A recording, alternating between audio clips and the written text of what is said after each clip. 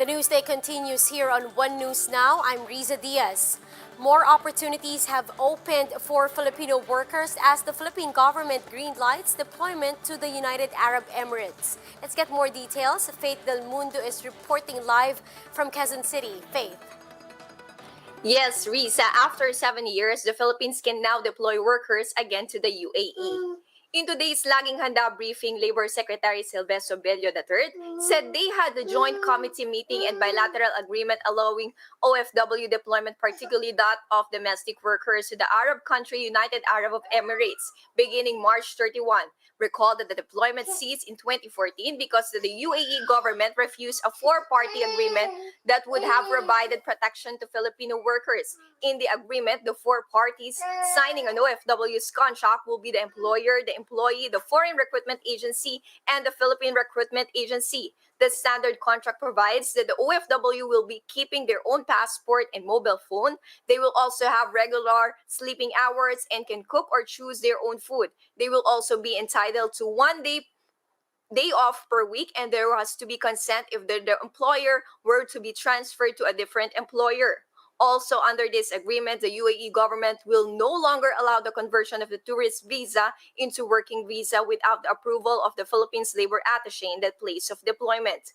Meanwhile, Bello also stressed that the no vaccine, no work policy is illegal. This as labor groups raised concern that some private firms were considering imposing such policy.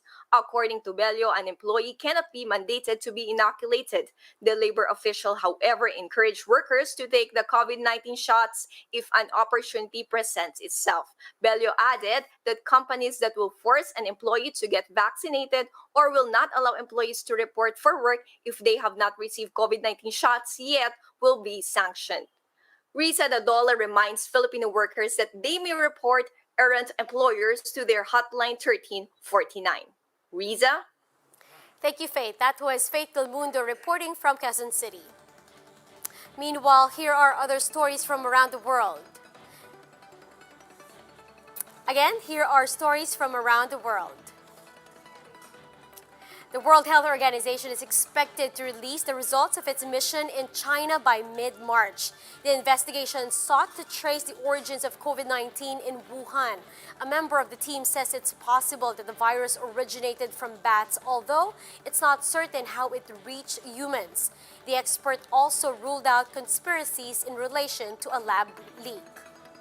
Japan extends the state of emergency in Metro Tokyo and 3 surrounding prefectures for 2 weeks to combat the rising cases of COVID-19. This prompts food establishments to close by 8 p.m. and urges residents to stay at home and not later than the said time. The initial state of emergency is set to end on Sunday, March 7. And California has paved the way for Disneyland and other theme parks to welcome guests starting April 1st. U.S. State Health Secretary Mark Galey says the state can gradually bring back more activities, especially those that occur outdoors.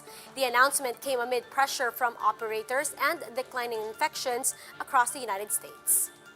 Now, for more updates, visit News 5, The Philippine Star, and Business World Online. Visit our website, onenews.ph, for more in-depth analysis. You can also catch One News on Signal Play app.